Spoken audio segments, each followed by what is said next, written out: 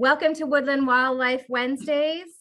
We're excited to be in March. March came in like a lion here on the Eastern Shore, so let's hope it's going to go out like a lamb. Before we get started, some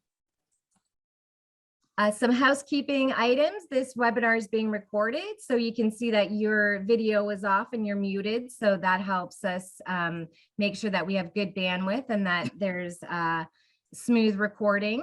And you could find recordings of this and other Woodland and Wildlife Wednesday series on the website at extension.umd.edu/woodlands. Part of registering, you get to be on the emailing list of the free quarterly newsletter Branching Out. Jonathan and his colleague Andrew work really hard on that, and maybe you're already receiving that. There was a message sent out actually today with some interesting events. So if you want to opt out on that, please feel free. You can, saying no events to emailing Pam Thompson. As usual, our questions will be saved to the end, reserved to the end. And any comments, I'm always looking for good, clean forestry or wildlife jokes.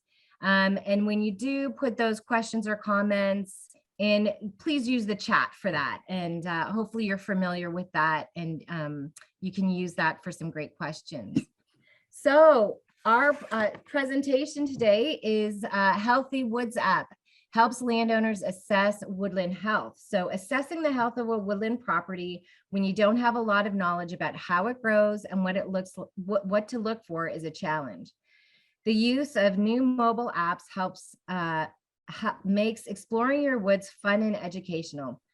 HealthyWoods is a collaborative effort between forest specialists from Kentucky and other hardwood producing states in the Appalachian region, including Maryland, and provides woodland owners with a convenient tool to scout the health of their woods.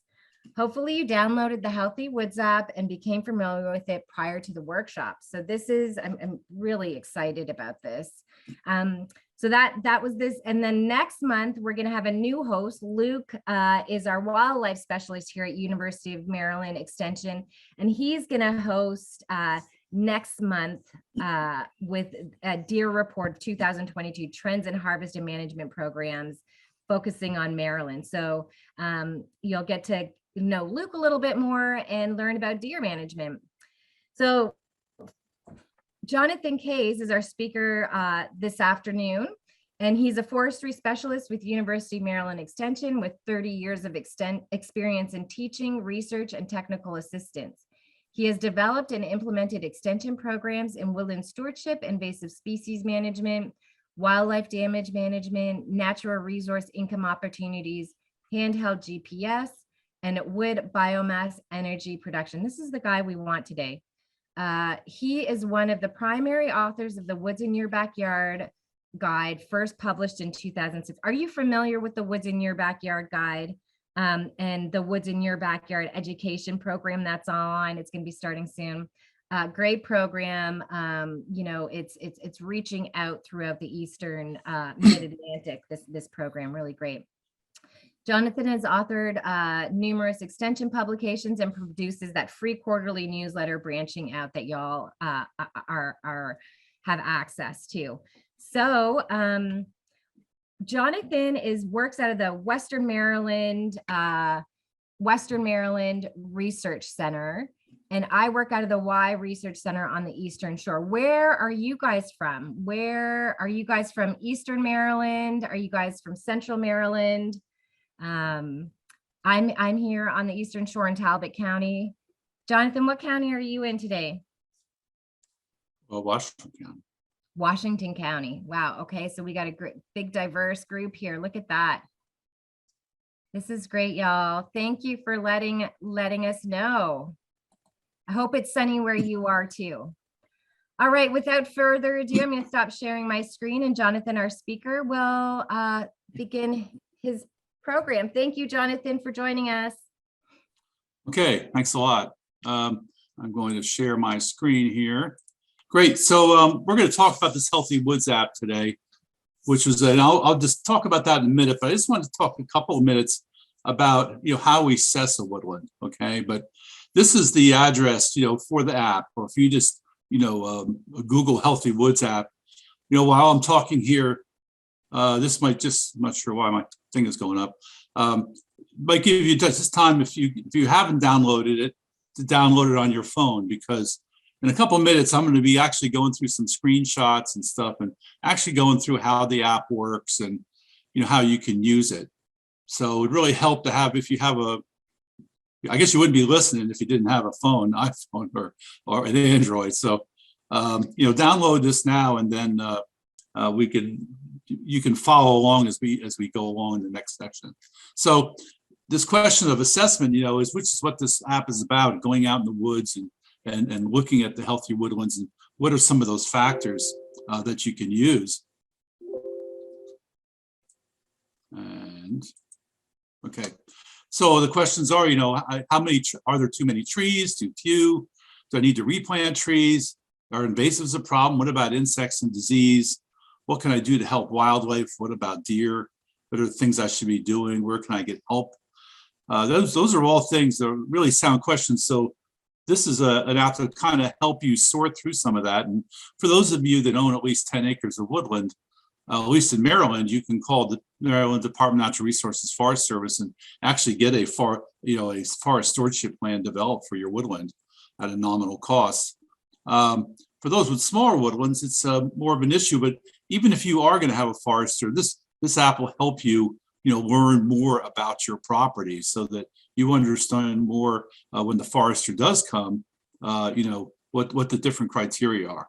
So with that in mind, what do you assess? Well, there's the tree canopy, there's IDing the trees, there's the composition, what kind of trees in the understory, invasives growth, all the things that are mentioned here basically are all things to consider.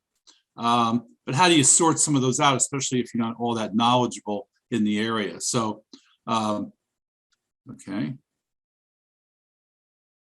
So a lot of the forest inventory, it's done by a professional forester, goes out and uses a number of tools to measure all these things, the quality of the site, the size of the trees, the age, the growth rate, gets lots of information, okay? But let's look a little bit at, a lot of this is all based on silviculture, which is kind of the art and science of producing and managing forests to provide sustained yields of forest crops and other benefits. So silvics, the word means tree. So that's what this is all about. How do we learn more about how the art and science of growing and managing forests? And this is, it's an art, and like I said, it's also a science. So, there's habitat, where there's trees grow in different places. And these are some things you should consider as you look at your land. Different places on the topography will encourage, result in the growth of different types of forests because of water availability and the depth of the soils and so on. And there's the whole crown. Those trees, there's some dominant, some are bigger than others. They may be all the same age, but because of their competition for light, some have, managed to be more successful than others. Okay. And, we can go out with certain types of instruments like a tree scale stick here and, measure the diameter of trees and get all kinds of inventory information.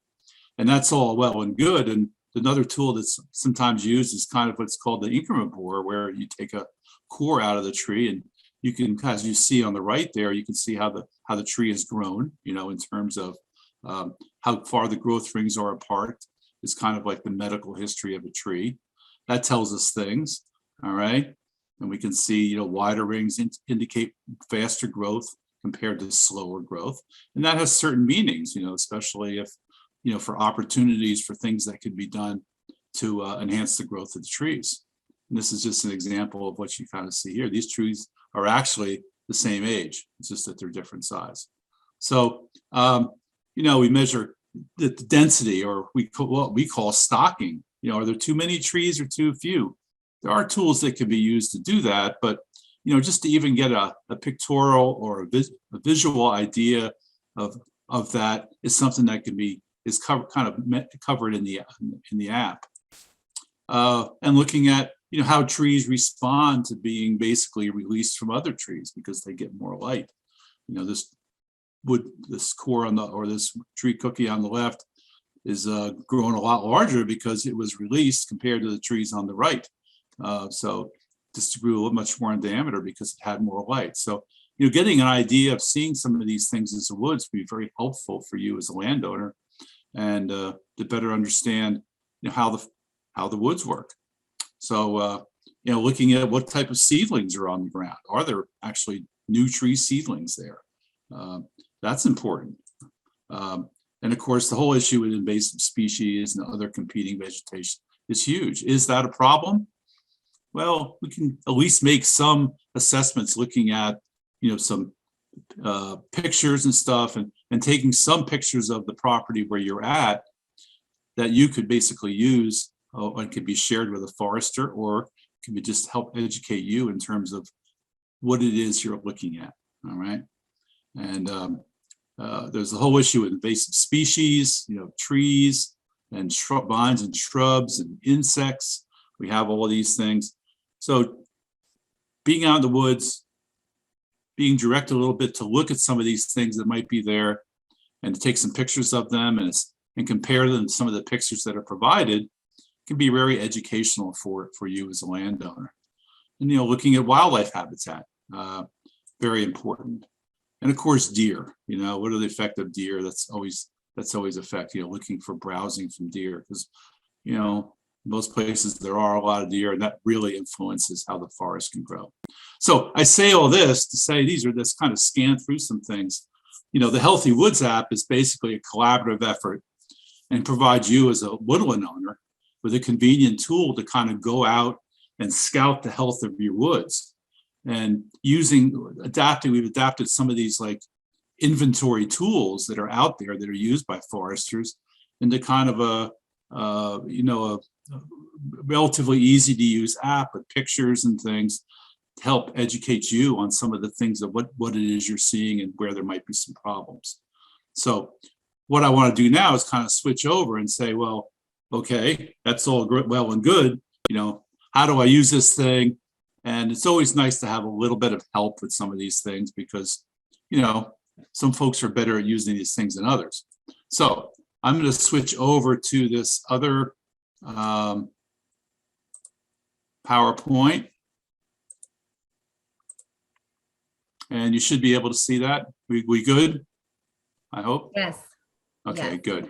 So I gave you before the address of the app. And of course you can load it from the App Store, and it comes available. It'll work on an iPhone or an Android, which is great. So this is a truly collaborative effort. It was initiated by the University of Kentucky, and it's designed to be useful for landowners from a wide range of settings, from New York, Ohio, and Maryland to as far south as Georgia and South Carolina. So in a lot of ways, it's a little generalized, but mostly is applying to especially the hardwood forests that exist in those areas. And this was developed by a forest health specialist at the University of Kentucky by the name of Ellen Crocker, who did a great job of bringing this together. And folks like myself kind of came in at the end, extension foresters from various states, to kind of give some critiques and make some final improvements. So this is the home page of the app. All right. When you open up, this is what you can see. And you have like that arrow on top, which is a new assessments. Okay. And when you look on the bottom, there's you have past assessments. Now, of course, if you're starting new, you're not going to have those assessments. And on the bottom, you have a home and a learn and help. I want to go through a few of these things in terms of what type of resources that are available before you get into actually even using the app. All right, because there's a lot of information built into that bottom tab on the bottom. All right, the learn, I call this the learning area. Okay, so I'll go through a few of these things here. The first thing you need to do really should be set up an account. You see settings there on the lower right of the green bar. And you don't have to set up an account, but if you want to be able to upload the report that comes out of it and use it, then you need to set up an account, which is very easily just using your email and a password that you create. It's that's all it is. Okay. So I recommend you do that, but you can use it without it. And maybe you want to try it that way, but it just doesn't allow you to use the report, which, like I said, is pretty important. So what do we have here? Under these various settings, as well as all these other things that are included under here. But this is really what comes up under settings. Under resources, under Learn here, on the top there, this is under the Learn function. Okay, you see, you have all resources, and basically then it splits it down into general and resources in each state and types of resources. So I just want to go through real quickly what's under each of these, and just note as we get into the program, into the various pads, into the various screenshots and stuff. If you want to go to a previous page, you use the back button, which we're not there yet, but there's going to be a back button on the bottom left of the page, on the bottom, and I'll show you that, point that out to you once again as well. So let's look at, again, look at all resources, which says 49 articles that are on the bottom. Okay, and this is under that Learn tab on the bottom.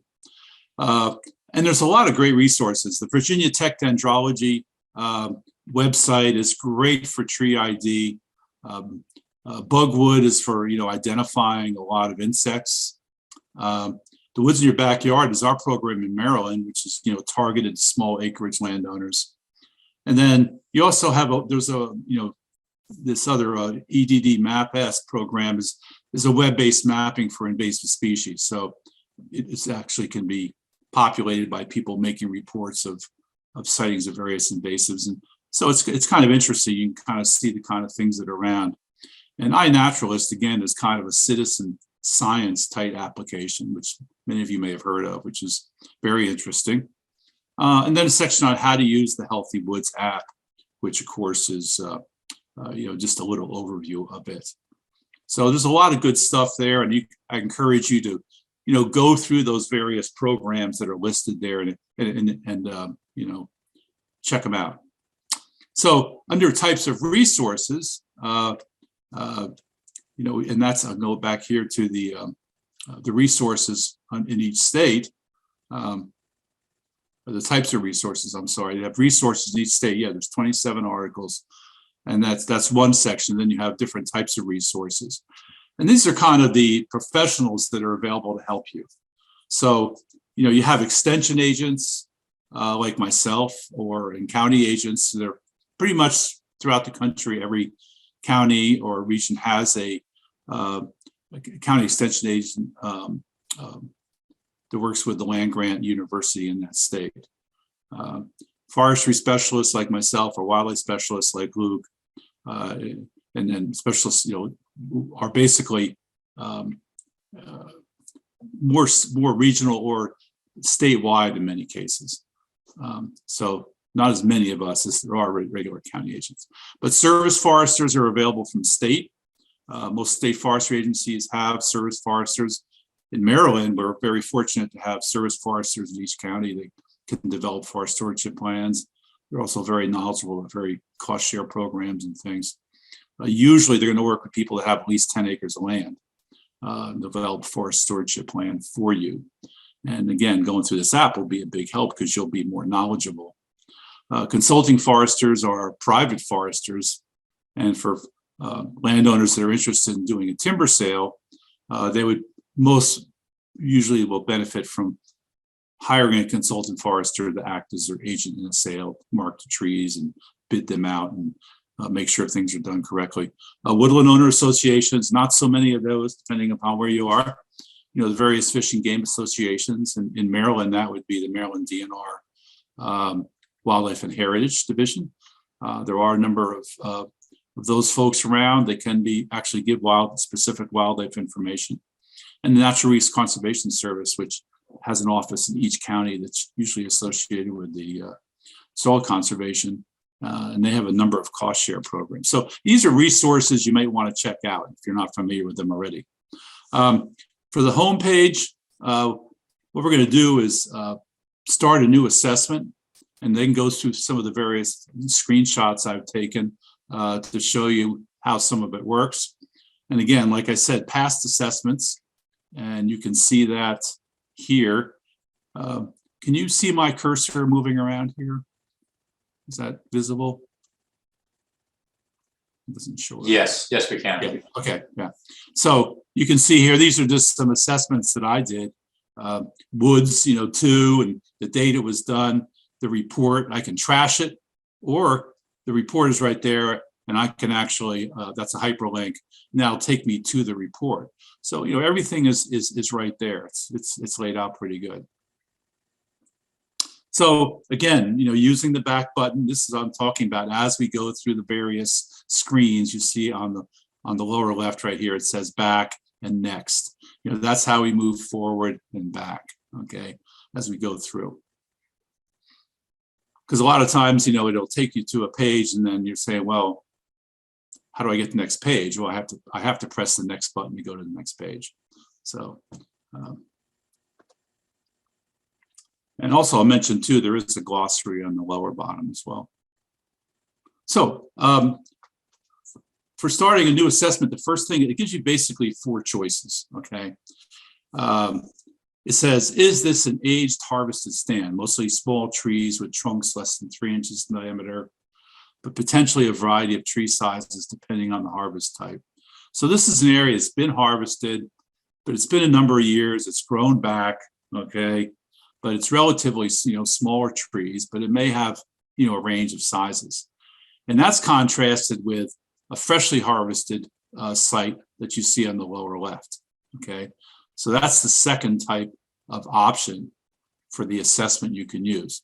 So this is a place that has just been harvested, and you can't see the text below it, but basically you can see that there's disturbance and things like that. So this is something, well, these are some of the things that you're going to have to look for.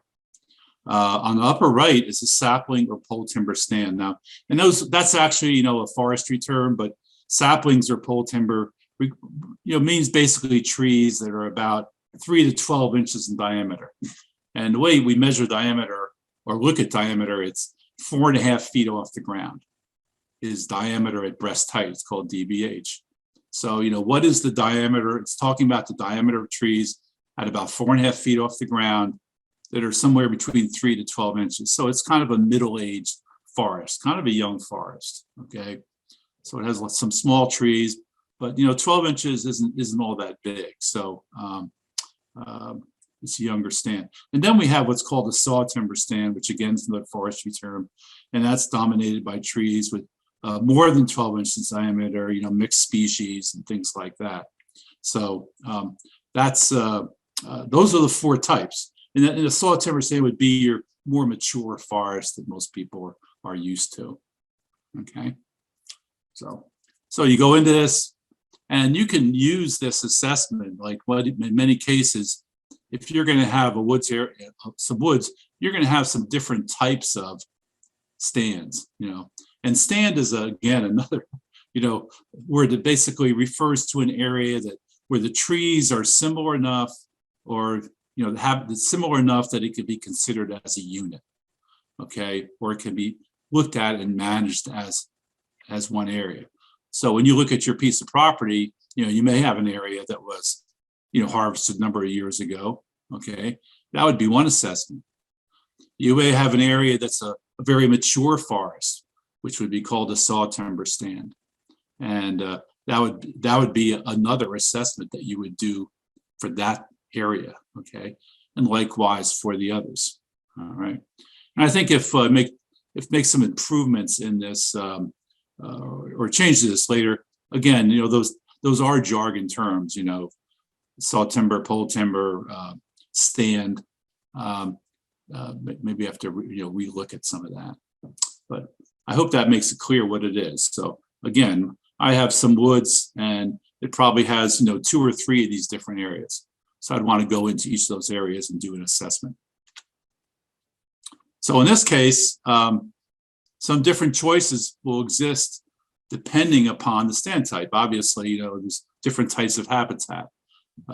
Saw timber trees are trees with trunks 12 inches in diameter, and your responses to the following questions will provide more information regarding the current state of your woodland. Okay, and this is kind of the way it works. It goes through and asks you a question. Did you recently experience a major weather event? Hurricane, ice storm, so on, that resulted in many downed or damaged trees? Well, you basically answer yes or no, okay? And then you press next to go to the next screen, all right? And again, here it's asking, what are your primary objectives for your woodland? And you click all of those that you think apply. Now, if I wanted to go back, because maybe I thought I wanted to change something, I would just press back, or I can press a next. All right. So now, if I had chosen the option for the assessment for freshly harvested stand, it asked a few different questions. Okay. In this case, you have exposed or disturbed soil, and it's asking that question obviously because it was, freshly harvested, and they're trying to find out if indeed, vegetation has established itself and solidified or made the reduce the chances of erosion. Okay, so, and it mentions that here.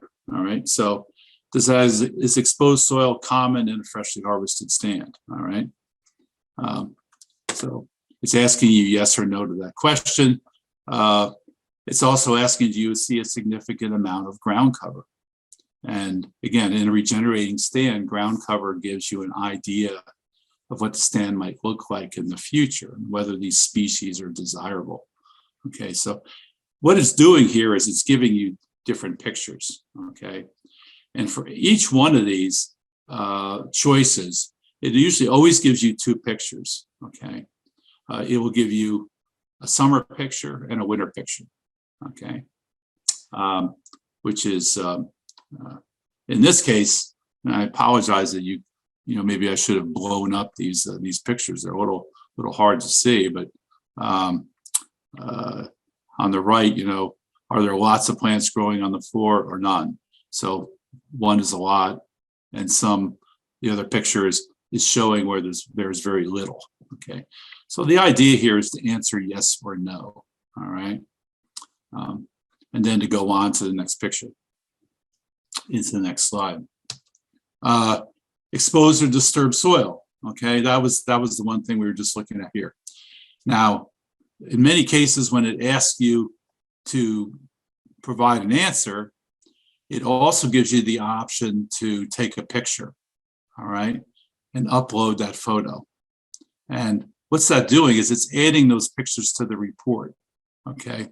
In this case, it's saying taking a picture of two of the most common plant species in your ground cover. Okay, so it's saying, is there some ground cover? Is it, and to take some pictures. I'll just go back to that to say, when we get this final report at the end, those pictures are going to be inserted in there. So this is kind of cool. It's it's giving you some pictures, kind of to give you an idea of what it is you're looking at. But then on the other hand, it's saying, well, then you take some of your own pictures of your area.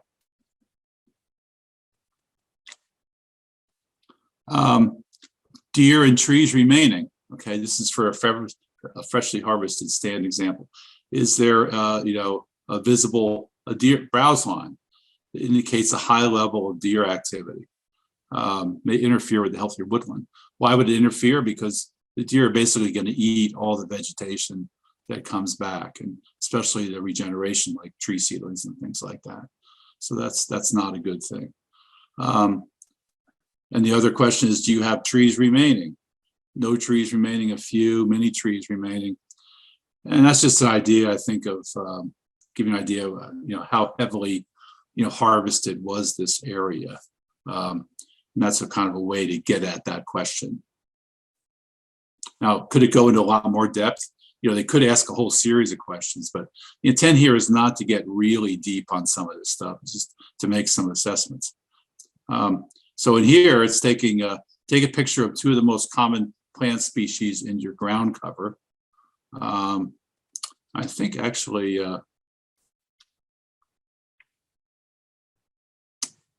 yeah, I think that's correct. I may have missed. gotten that confused with another picture, but it's asking you to take pictures. So the next things that come up, especially for a canopy assessment, is this in the saw timber example. It's asking you to look up at the canopy, okay? The tops of the tallest trees around you. Is the canopy open or closed?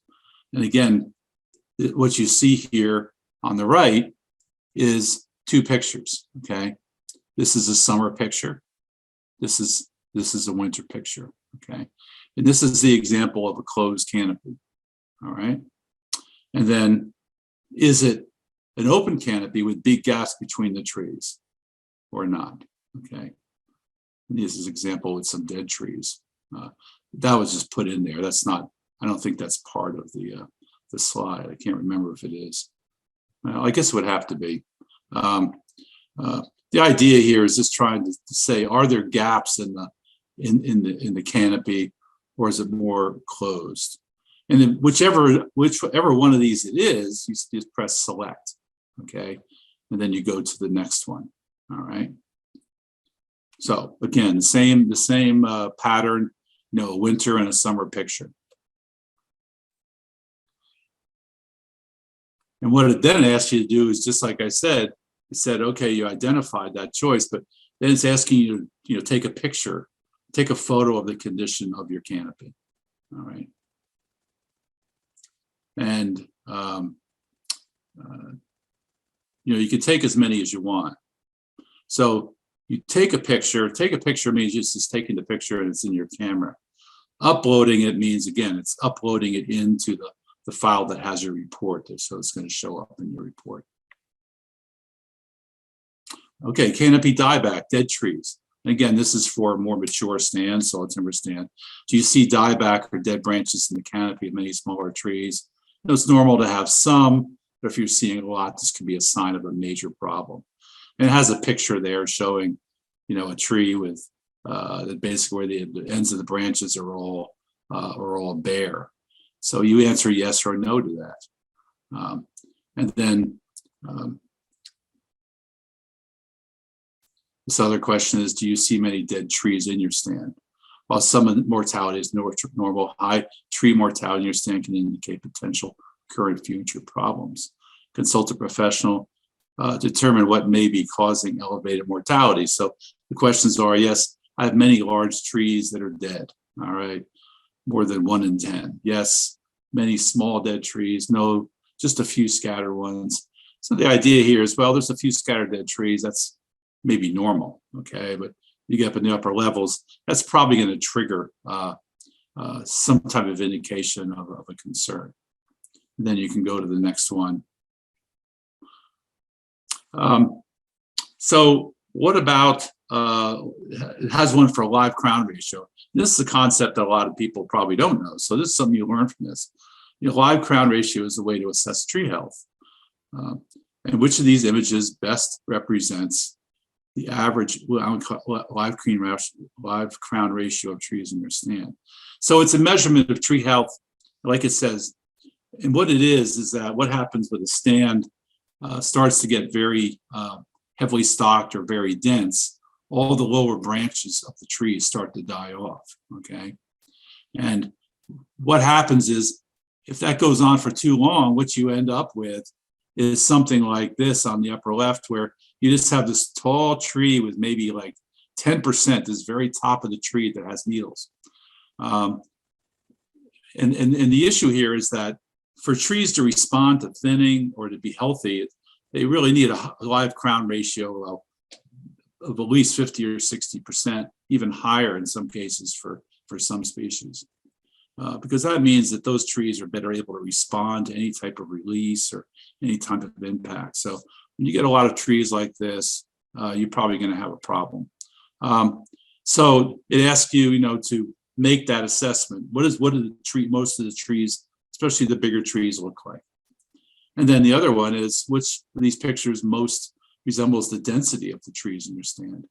And this is like, there's 1, 2, and 3. They're kind of separated real briefly, but they kind of, fairly spaced well apart, or they're just like right on top of each other and very crowded. And again, that's a condition of forest health. If they're overly crowded, that's probably not going to be a good thing. Do you see many dead trees in your stand? Oh, I'm sorry. This was the one for the. This is one for sapling and pole timber trees. The other one, I believe, was for saw timber.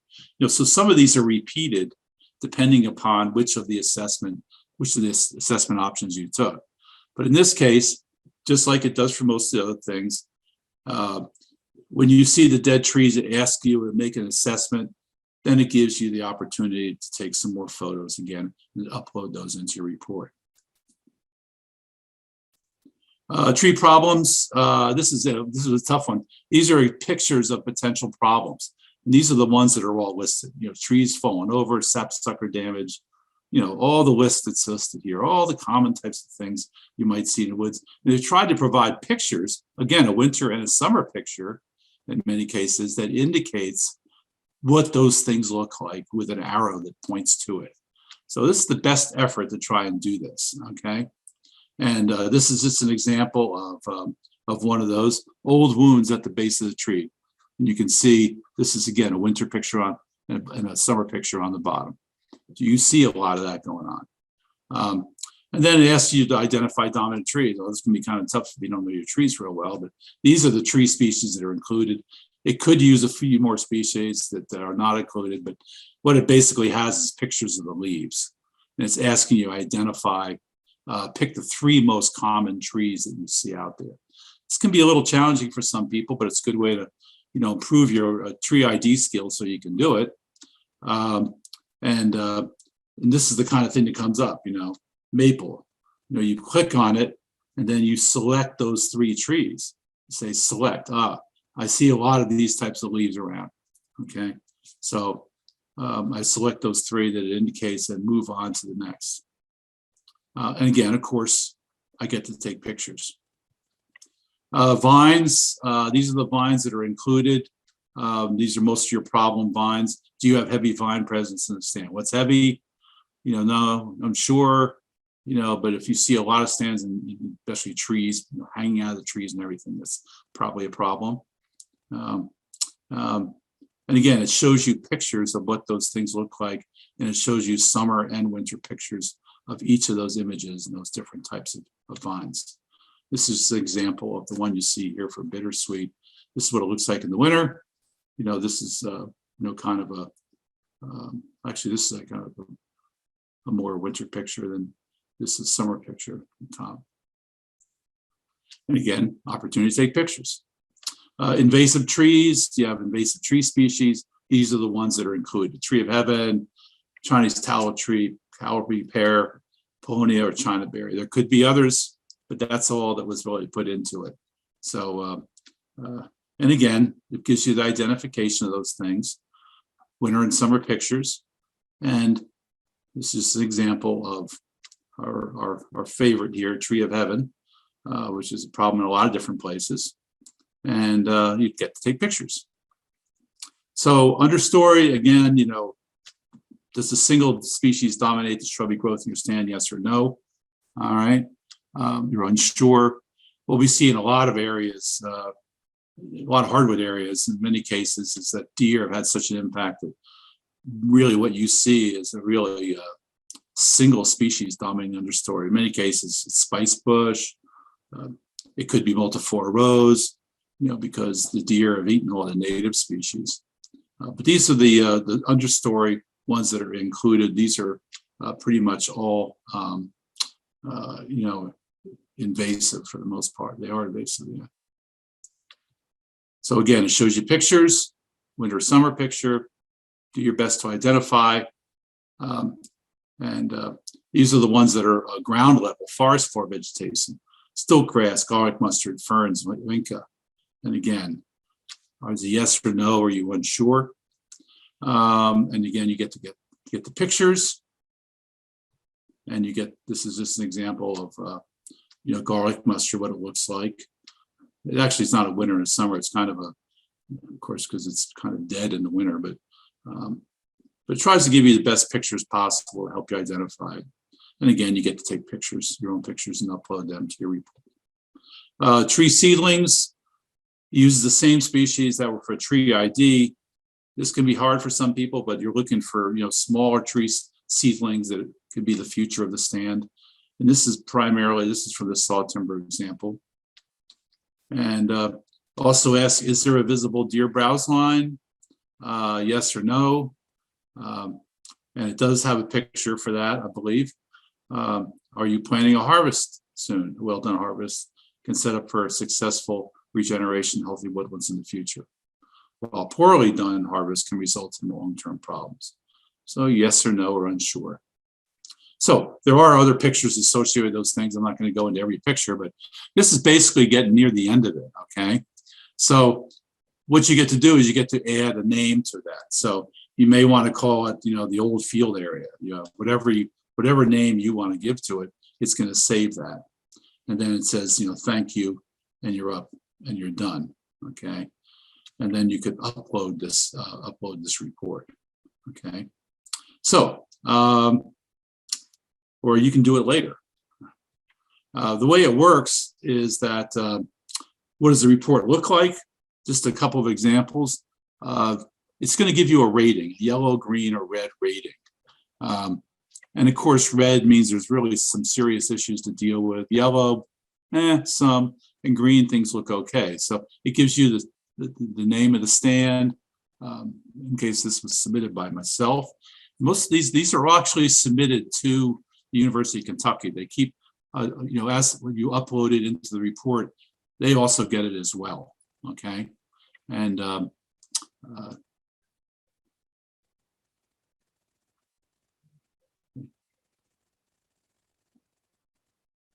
so it says here, yellow, your woodland was rated yellow because something listed suggests there may be a current issue or potential for one in the future. While this might be something relative minor, working with professional may be beneficial, okay? So the report summary includes all the pictures you've taken. The easiest way to do that is you send it to your email and then open it. It's not a PDF, but it's an HTML type file, which means it's not as clean as a PDF, but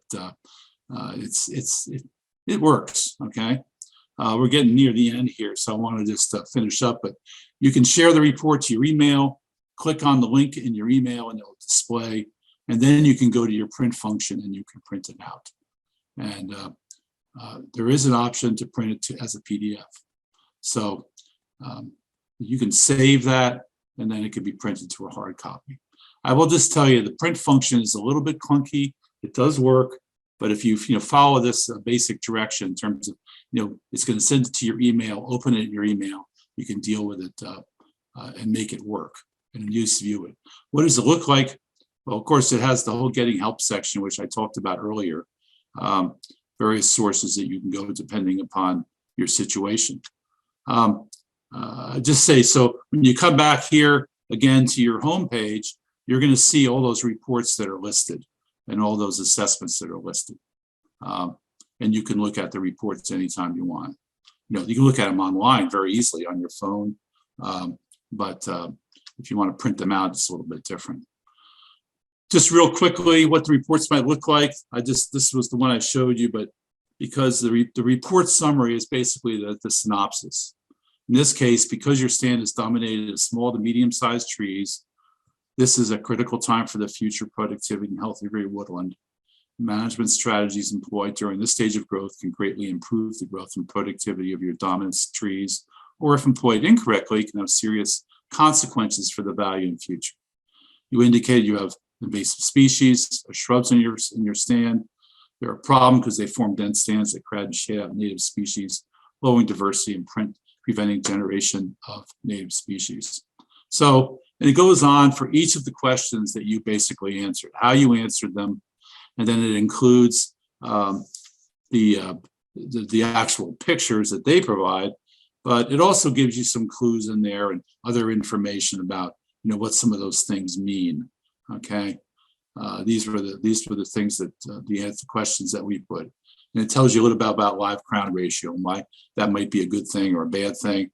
I'm not going to spend much time here because I want to allow a couple minutes for questions. I'm at the end of my reign here, but the report's pretty complete.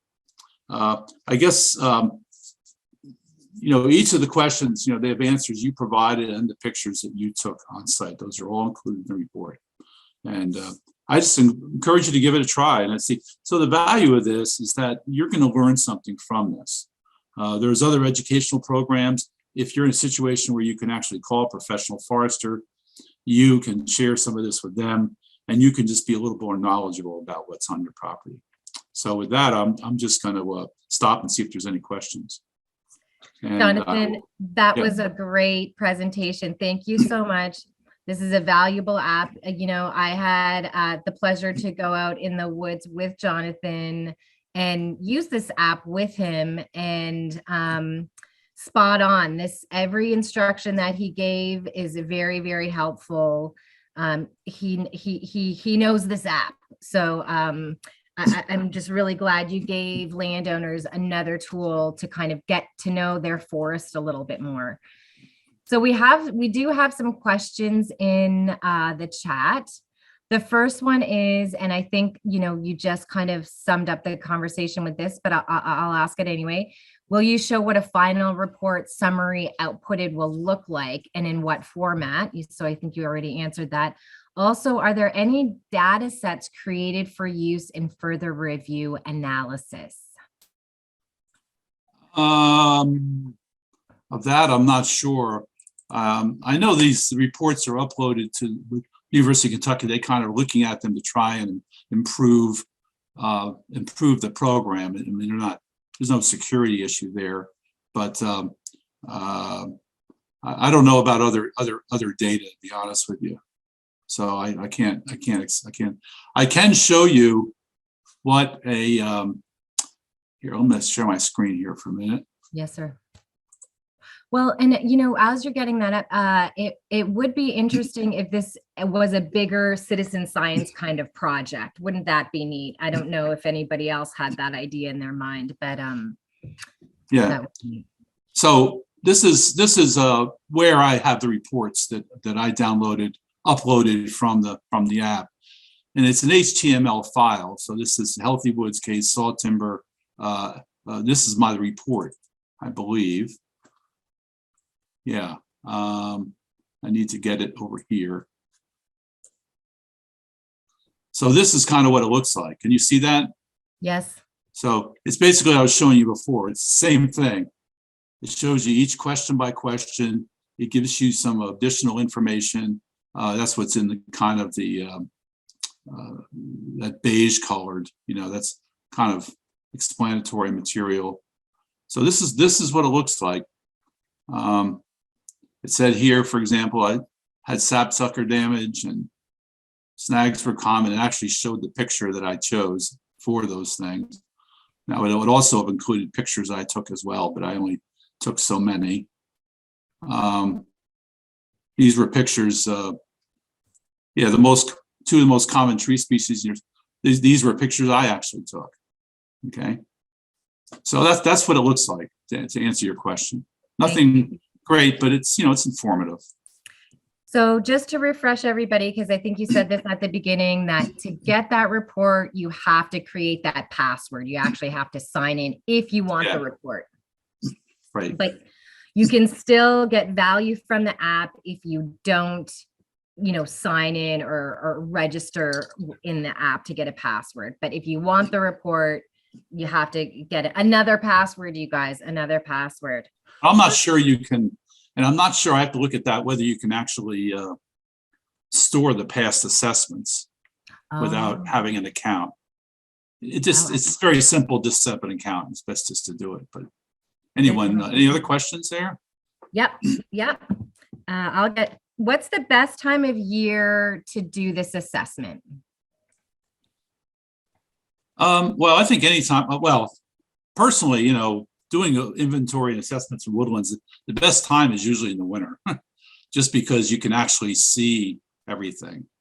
Now you have to kind of envision what some of it's going to look like, and you have to look a little closely to see, what might be dead and not. But I always like, sometimes doing things in the winter, but it can be done any time of year, honestly. I mean, I don't think it doesn't matter, because again, the idea was, with the pictures, they provide you a picture from a winter and a summer picture. And that's the reason they do that. It's something that can be done any season. Great. How does one identify a deer browse line? So what you're going to see is basically when you look at the woods. Well, first of all, you're going to see a lot of browsing tips, on all the vegetation. But you're going to see basically, if you look through the understory, you'll see it about 6 feet or so from the ground. Pretty much everything below that has been kind of eaten up or at least impacted. So you kind of see this line at around 6 feet, where the deer have kind of reached up and eaten a lot of the ground vegetation, a lot of the shrubs and things like that. But you can also look on all the shrubbery and stuff, and you can see a lot of browse tips and things like that. I think Luke probably is going to go over. Luke, aren't you talking about wildlife coming up? I thought, did I hear that correctly? So he's going to be doing he's hosting a deer management program next month. Yes. Okay, well. So what is browse? Tune in next month. Yeah, good one. Good one. What's a browse tip? What do you mean when you say that? In other words, if you look at, I wish I could pull up some pictures real quickly, but when you look at, well, just think about how any plant responds. When you clip off the terminal bud, what it does is it encourages the side branches to basically grow. So you kind of get this kind of dense growth at the end, and you can see where it's been nipped off. So it stimulates the growth of the side buds. So you start looking around, you'll see that. And if you see a bunch of deer poop and a bunch of deer trails, and that's it. And again, like I said, Luke, I'm sure we'll go over that next month. So. Right. He's getting Kip Adams from Pennsylvania from QDMA to come in. It's going to be a great talk. Good. So if the forest has no understory vegetation, is it considered negative in the report? If the forest has no understory vegetation, is it considered negative in the report?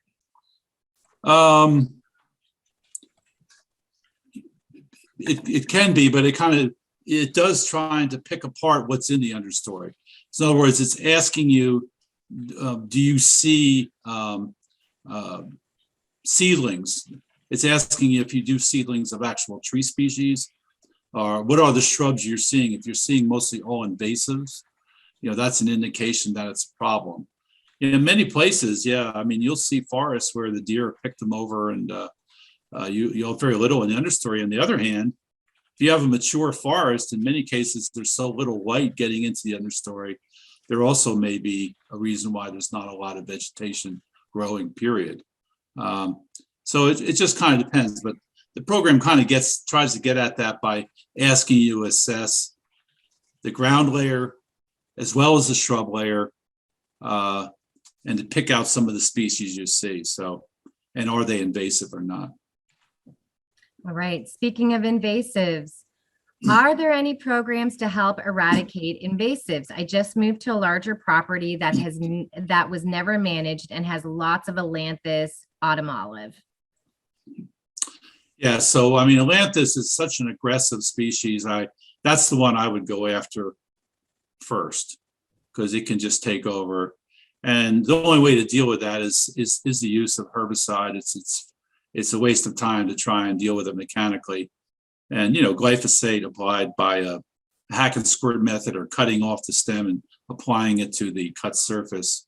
And again, we have resources on our website and elsewhere, but now is not the time of year. That needs to be done between probably July and December, when trees are putting nutrients down into root systems. Trying to apply herbicides to trees right now through a cut surface or internally is not going to probably be very successful, because all the spring, everything is coming up from the spring, and you're better off just to wait till at least late June, July. Okay. But I would get rid of that, and then you could work on autumn olive as well. And one thing we have this Woodland Health Practices Handbook, which is available from Penn State. If you go to our Woods in Your Backyard website, you'll see it, and it provides very directed how-to information on how to use herbicides and which ones to use and how to use them safely. So I might recommend that. Thank God. Great. And you can find that from our website. Do you have examples of how to use this to monitor the health improvement of a forest? Yeah. So the question is, how do you use this? I think in many cases, this is kind of a learning tool for the landowner to learn a little more about their woods. To go to the next step, you're going to have to learn about some of the actual, management strategies and practices. So this is kind of along the idea of assessment, and it's only going to be a first step. There are, forestry classes and extension programs. There's other things out there. I mean, we have an online course for forestry correspondence course, as well as woods in your backyard for smaller acreages. Other states have other things. We have publications. So I think this is kind of opening your eyes to understand, well, these are what some of these things look like out in the woods. And now I kind of have to probably, go to the next step to really to do more, because we don't talk about management in this. This is more just assessment, right? Looking at that, is that what I'm seeing? What does sapsucker damage look like? Oh, that's what it is. Damage at the bottoms of trees is a problem. Deer browse lines, somebody asked about. Being able to learn and see those things in the woods is really what this is all about. Well said. When initiating a report, does it establish GPS coordinates into the report, or does it establish who is doing the report, i.e. landowner, forest, or third party? I think it just has the whatever you called it. I don't think there's GPS. Well, I don't know. I say that's not true, because when I look at the reports that I had, it actually shows a map and shows where that was done. Yeah, so actually it does show on a map where that assessment was done. Great. So someone reminded us that there are apps out there that are doing citizen science, like iMap Invasives and iNaturalist. We got a tip here from our wildlife fella. Another way to assess deer grazing impacts is to put a small exclosure fence and compare vegetation inside and outside the exclosure. This can be up to 10 feet in diameter, and 4 feet high mesh wire fence will suffice. It can be held up with step-in stakes like these. And then there's a link in the chat for that. Yeah. So that's great. That's a great. I was just showing. Can you see my screen there? Yes, I see home. So you see the home. You see the home screen there, and you'll see past assessments, and it actually shows a map, and it does show where that is, where it was located. So just So another question here, is there a place in the app to add pictures or descriptions of natural water that runs through such native areas? In one case where I want to perform an assessment, there is a stream that runs through the middle of this acreage. Yeah, so I mean, like for any of these areas, you can, like I said, you can take your own pictures. Just like I showed you in the report, I had some pictures. So certainly, if you want to include, like in that section, where the maybe common tree species or something like that, some pictures that showed the stream, that's good. Actually, it doesn't actually ask a lot of questions about water quality or riparian areas, things like that. So that's true. Okay, great. And then, that can come up in that next level. Like you said, this is where we're getting to know the forested area. And then when you're talking next level, whether that's to an extension agent or to a forester of some sort, that's where you can start to talk about stream health and stuff too. So yeah, good point. And the app's already doing it, getting people to think about their property a little more critically. So that's great. So we got some thanks, and thank you, New York, upstate New York, for joining us. Thank you, PA, for joining us and all the Maryland folks that have joined us today. But unless there's any more questions, I think we can wrap things up here. Oh, like I said, I think it's a good thing to mess around with. You can take in the woods and maybe learn a little bit about your woods. And you can kind of go from there. But the fact that it provides pictures and of different issues and forest health issues, I think is helpful. And again, it separates it into one of those 4 options.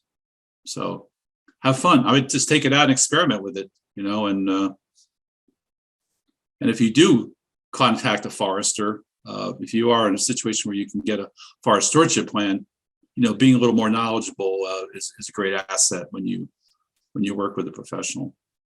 Great. Thank you, Okay. Jonathan. We appreciate your wisdom, your knowledge, and sharing